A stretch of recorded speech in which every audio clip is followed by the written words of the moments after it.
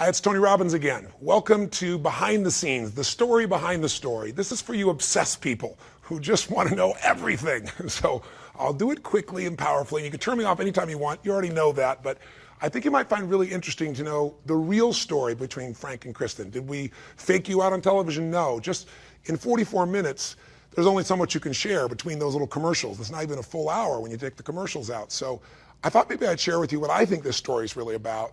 Maybe a quick idea of some of the strategies I use to help them create their breakthrough, because understanding those strategies could help you make some breakthroughs in your own life, or maybe help somebody that you really care about. And maybe thirdly, tell you some stories that weren't in that you might find interesting, and most importantly, maybe tell you where Frank and Kristen are right now, if you're interested to know a year later what their life is really like. So what's this story really about? Well, on the surface, you'd say it's a story that's a tragedy, right? I mean, it's obvious. Somebody goes down and they go for this great wedding, and man becomes a quadriplegic right as he says, I do, virtually. It's about people losing their dreams. It's about having to, live with limitation.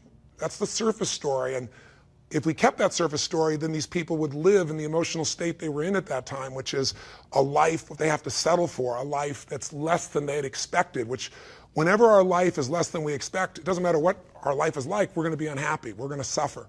So I believe this story is about the power of rewriting your story to change the quality of your life. And I don't mean that in some flippant way. I don't mean making something up. But whenever an event happens, there's the event and then there's their story about the event. You had a relationship and it ended. That's the event. Then there's the story of the relationship. There's the story of, oh my God, I was abused, or they didn't care, or they spent all my money, or they were just into whatever, or they were so selfish. And what happens to us in life was we forget what the real truth is, that you two just didn't match up. Or maybe even deeper truth. Maybe you didn't really understand your partner's needs. Or maybe your natures were totally different. If you thought that the end of the relationship was because you were different people with different natures, that story would make you feel very differently than they abused me, they screwed me over, they didn't care about me, they never did. Why do we make up such stories? Because our stories allow us to feel a certain way, and most of us try to get back to the emotions that we know, or at least we try to lower expectations so we won't be disappointed. Can you relate in any way in your own life? Have you ever been so disappointed that the next time you don't want to get your hopes up? So you start trying to tear things down before you could ever get passionate about it or even excited about it, just because you don't want that drop. But if you protect yourself from the highs and try to never have that big drop, then you have to live in the lows. And that's where most people live in their life. They are constantly adjusting their blueprint of life to something smaller that's achievable so they won't be disappointed. And that's a life where you can be comfortable, but it's not a life where you can feel alive and passionate, in my mind, in my opinion. And so when I saw these people, I thought this is a perfect opportunity to show that these people, if they change their story, it can change the quality of their life. Because how do you know the quality of your life? By the stuff you got? Well, gosh, with the economy the way it is now, if that's your definition, you must be in a lot of stress, because I don't care if you're a billionaire or a barber, you got some stress right now because the world's changed and there are things that are outside our control that are happening, and there are things within our control. What I mean by that is, if life has to be a certain way for you to be happy, and life doesn't match it, then you're going to be pretty unhappy right now. And if you look at Frank and Kristen, it's the ultimate example of that. But I would say to you that if you got everything you wanted, and have you ever done that? Ever gotten a dream or goal you wanted and then still said, is this all there is? I've done it many times. I've been stupid. I think we've all been that way. So what are you going to do? Go for the next thing? Or just lower your expectations? Neither one of it does it. You got to find something more meaningful. So my idea with this couple was to say, there are people that have everything and are miserable, because the quality of your life is where you live emotionally. If every day of your life you're angry and frustrated and pissed off, and you got everything, you got your ultimate goal, you are, the most religious person in the world, you make billions of dollars, everybody bows to you, you're famous, whatever that metaphor is for you, but you live every day angry and frustrated, your life quality is called angry and frustrated. Doesn't matter what you have. On the other hand, if your life doesn't match the way you thought it might be, but every day you live in this state of gratitude for what you do have, or this sense of passion and excitement to see what's next, then your life is passion and excitement or gratitude. Pretty simple, right? What keeps us from having that? Your story. And we've all got a series of different stories. Some people's story is, I was abused. Some people's story is, I'm so successful because I'm so intelligent and I work so hard. your story may be true, but it's still a story. And we all got them. So the secret is, since we're all storytellers, find a story that empowers you instead of a story that disempowers you. That's the game of life. So I looked at this couple and said, what's their story? Why are they miserable? Obviously, there's lots of factual reasons that they should be, but there are plenty of other people that are going through hell by other people's standards, and they're really happy. And so I said, I've had the privilege of living in Fiji for a period of time. I've been going there since I was 24. And I meet people there who most people would call poor, and yet they don't think they're poor. They have the most joyous culture. They're so happy. You drive down the street and people yell, bula, bula, bula, which means welcome, be happy, we love you. And you drive by 5 minutes later and it's bula, bula, bula. I mean, it's like your dog. You leave for 5 minutes to get the newspaper, you come back, it's like you've been gone for 6 months. They're so excited, right? It's just a natural thing. They aren't focused on what they don't have. That's not their story. Their story is we have the sunshine and we have the rain and we have the islands and we have the food and we have our family. That's the story they learn. The story is we're the happiest people in the world. And they believe the story. And so they are. You see, suffering in life doesn't come from the life events. Suffering comes from the meaning we attach to the events. Suffering doesn't come from the facts. The fact is, Frank and Kristen have gone through some severe changes in their life. The fact is, Frank, when we started, had something around his neck, couldn't move anything. And now he's still a quadriplegic. He has some mobility, but he's not out of that chair. He may or may not get out of it. That's a fact. But the suffering isn't from the fact. The suffering comes from the meaning that says it shouldn't have happened. Or because it happened, my life is over. Because it happened, we can't have children. Because it happened, we can't have intimacy. Because it happened, life just can't be joyous again. That was the story. And my goal was to rewrite the story, not in my head, but in their bodies, their minds and bodies. And so what was the strategy? Well, the strategy was step one, get them out of the environment where the story lives. It's hard sometimes to change your story when everything around you reminds you of the story and everybody around you believes your story. Because if they don't challenge you, you're going to keep the story and you're going to keep living and feeling the same thing. See, we feel whatever meaning we give things. If this is the worst thing that ever happened in your life, then it's the worst thing that ever happened in your life. If this is a secret gift, even if you don't know what it is, but everything in life is guided, and even though this is horrible and you hate it, somehow this is going to serve, and that's the story of your life, you're going to find a meaning that says this is good, and you're going to find a way to feel good about something other people can't handle. Everyone has stress.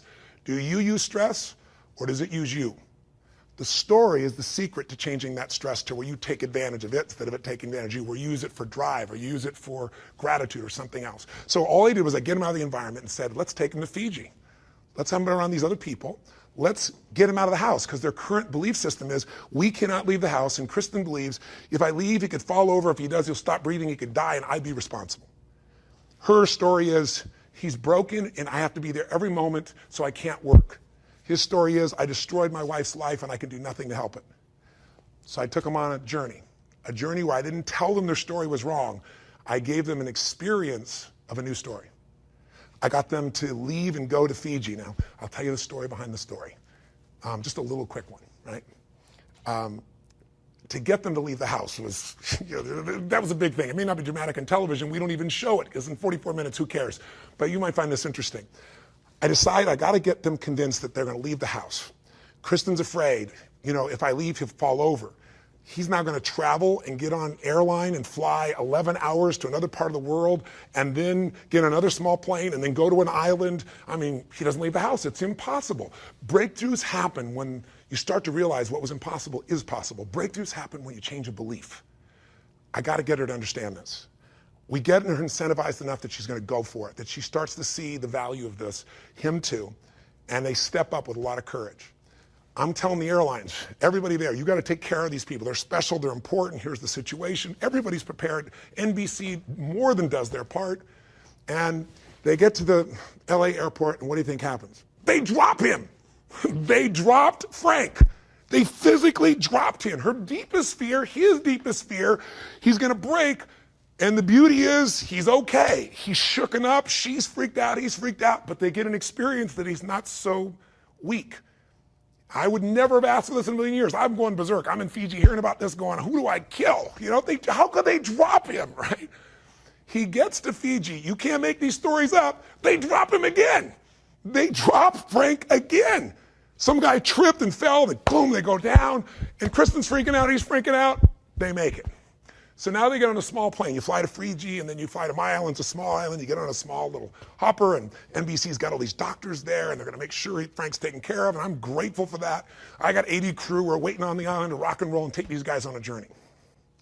I've gone to Fiji for 23, 24 years. I went there when I was a little kid, just got started, in my early 20s, so you get a picture.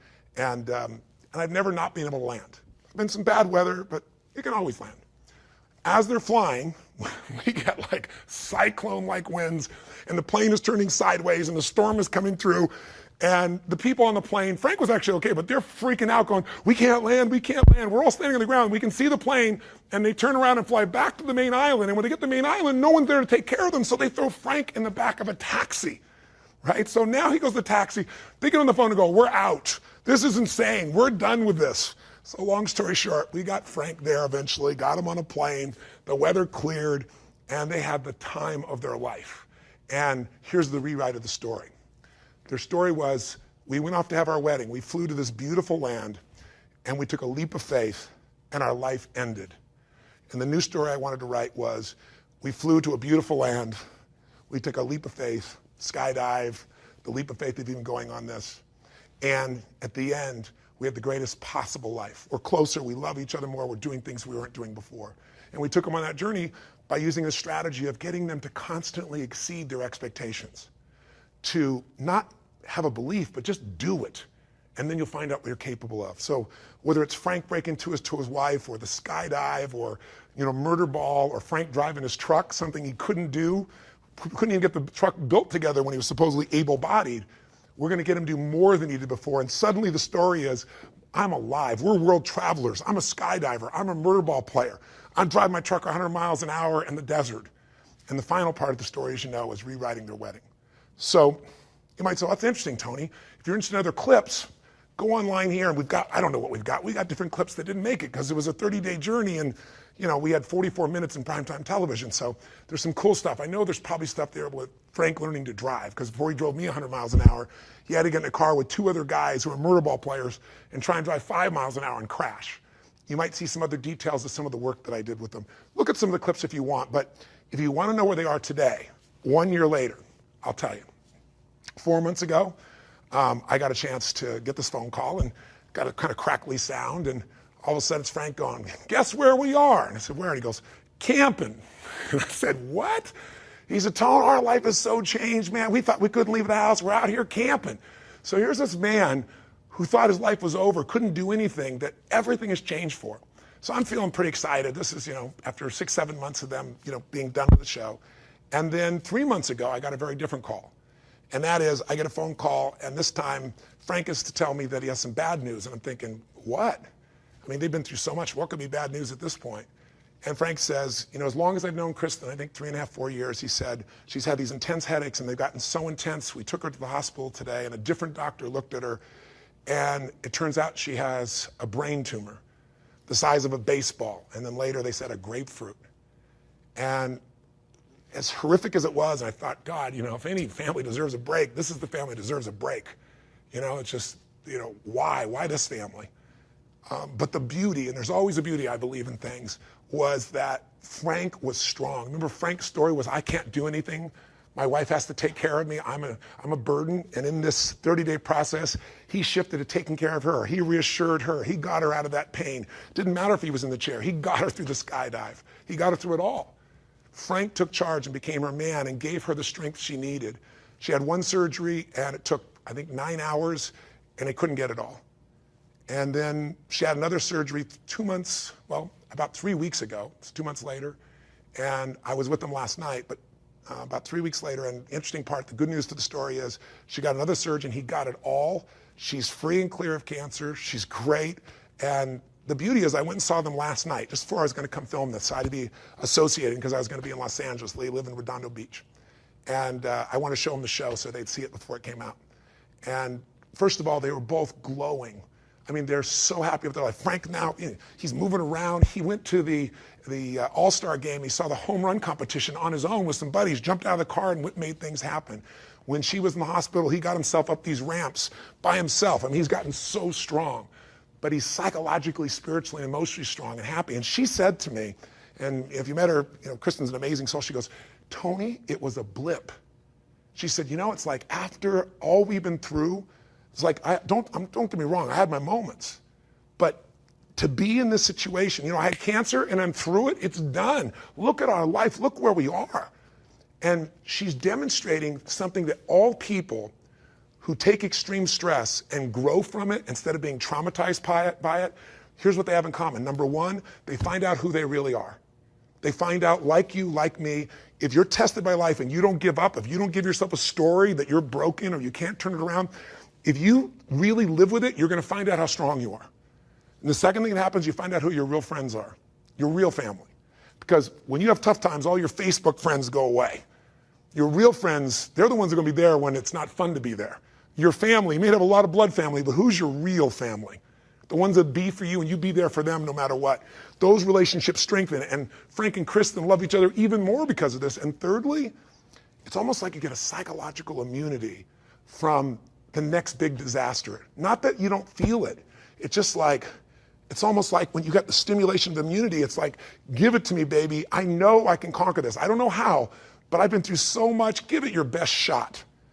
And if you've had experience in your life, I've had somebody say, you got a tumor in your brain, or this business is over, you're going to go bankrupt, or every story you can imagine of disaster. And one of the great gifts of my life is I found people that don't buy that story and I've learned from them. And I haven't bought the story myself, and you can't either. It's not that the story is wrong, it's just pick a story that's going to strengthen you and not one that's going to weaken you. Pick a story that'll make you grateful instead of angry. If you pick your own story instead of life giving it to you or let the environment give it to you, you're going to have a very, very different life. So that's some of the story behind the story. That's some of what happened that you didn't see on camera. There's so much more, and I could talk forever, as you probably have figured out by now. And you're on the internet probably going, how long is this guy talking? I have no clue. But thanks for watching. And if the spirit of this show touches you, please pass it on. My whole life is you grow and you give. So, and the more you share something, the more you feel it. So if you want, get someone to see this show. If it's not on, check it out on Hulu or someplace else, or pass it on to people. We'd love it if you pass it on. We didn't just do this to do a show. We did it because these times demand people to see new examples of what's possible. When times are tough, and it's a winter time right now, it's tough. People need role models of people that have made it through it so they know they can do it as well. And Frank and Kristen are that example, or one of those examples. And as corny as it sounds in the end, I think it's an example of love conquering all. They loved each other so much. They did more for each other than they would do for themselves. That's part of the beauty of being a human being. So thanks for listening. I hope you watch our stories next week. There's some clips on here. And if you want to take this story and apply it to your own life and change your life, I got a little breakthrough section that's, one of them is frankly 30 minutes and some are probably 10 minutes. So hang in there, but it'll show you how to use this for your own life to change or to help other people too. That's another clip on the site. I think that's it for now. Live strong and live with passion. God bless.